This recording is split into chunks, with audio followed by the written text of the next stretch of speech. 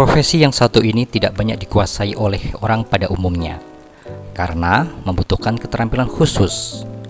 Jasanya banyak dipakai para tokoh, akan tetapi namanya sering tenggelam dan hanya karyanya saja yang ditonjolkan. Ya, itulah profesi ghostwriter atau biasa disebut penulis bayangan.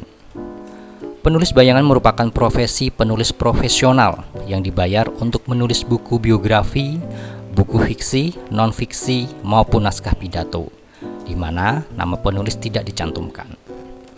Tugas seorang ghostwriter sendiri hanya memvisualisasikan sebuah ide dari narasumber ke dalam bentuk sebuah tulisan yang menarik untuk dibaca. Penulis bayangan sebenarnya menjadi profesi yang menjanjikan. Pasalnya, saat ini bidang apapun tidak lepas dari keterampilan menulis, dan menulis menjadi keahlian yang tidak akan punah serta selalu dicari. Apalagi di era yang serba digital ini, jasa ghostwriter sering dibutuhkan dalam penulisan konten ataupun pemasaran produk di media sosial. Orang politisi kan, dia nggak bisa nulis tapi namanya mau tercantum, dia bayar mahal. Dan harga tidak ada nama itu, dia pakai nama dia, itu ada harganya kan, dia kayak barter. Ya udah, kamu bikin sebagus mungkin, saya bayar ini, tapi nanti nama saya ada di. Nah, kami menjadi jembatan, ide-ide beliau ini tersampaikan pada publik dengan bahasa yang lebih mudah dipahami, dan itu udah tidak keluar dari apa yang beliau inginkan.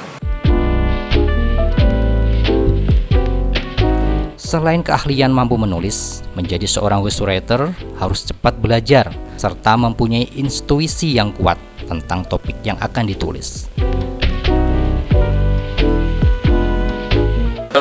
Kejelian switch dirinya menjadi penulis lain atas nama orang lain atau di tema-tema lain, kan gaya menulis tentu beda ya, gaya bahasanya akan berbeda, bagaimana termasuk juga medianya nanti. Kalau kita nulis di majalah sama di majalah online akan beda, di buku akan beda kan penggalan. Kemampuan menulis profesional yang dimiliki seorang penulis bayangan tentunya dihargai tinggi. Hasil tulisan penulis bayangan dengan jam terbang tinggi bisa mencapai belasan hingga puluhan juta rupiah dalam sekali menyelesaikan buku. Dari kota Yogyakarta, daerah istimewa Yogyakarta, Imam Prasetyo, Kantor Berita Antara, mewartakan.